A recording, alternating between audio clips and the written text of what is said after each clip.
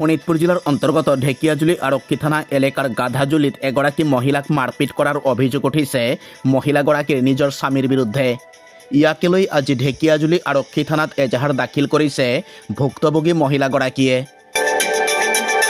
ঢেকিয়াজুলি আৰক্ষী থানাত দাখিল কৰা এজাহাৰখনত উল্লেখ কৰা মতে মহিলাগৰাকীৰ স্বামী ইনামুল ইছলামে বিগত বহুদিনৰ পৰা বিভিন্ন ধৰণৰ অসামাজিক কাৰ্যত লিপ্ত হৈ আহিছে। এই ক্ষেত্ৰত মহিলাগৰাকীয়ে বাধা দিয়াৰ চেষ্টা কৰিলেই মহিলাগৰাকীক মাৰপিট কৰি আঘাতপ্ৰাপ্ত কৰা হয় বুলি অভিযোগ উত্থাপন কৰিছে। এই সন্দৰ্ভত আজি স্বামীৰ বিৰুদ্ধে মহিলাগৰাকীৰ মন্তব্য এনেধৰণৰ। নমস্কাৰ, মই শ্বাহনাজ আখতাৰ। আজি বিয়া হোৱা মোৰ 2 বছৰ হৈ গ'ল। 2 বছৰৰ পৰা মোক বহুত মানসিক অত্যাচাৰ কৰে, মোৰ পৰা হাত উঠায় আৰু যিমান বেয়া কাম আছে ইয়াৰ সব বেয়া কামেই কৰে। 2 নম্বৰী ধান্দা, 2 নম্বৰী চাৰ্টিফিকেট বিক্ৰী কৰা, মানুহক চাকৰি দিব বুলি কৈ পইচা লয় আৰু ছোৱালীৰ ধান্দাও কৰে, বহুত ছোৱালীৰ ধান্দা কৰে। মই ক'লে মোৰ পৰা হাত উঠাই ডিঙি চেপি ধৰে, মোক মাৰি পেলাব খোজে। যিমান বেয়া কাম আছে সব বেয়া কামেই কৰে। মই বাধা দিলে মই কোৱাৰ লগে লগে মোক মাৰপিট শুৰু কৰি দিয়ে।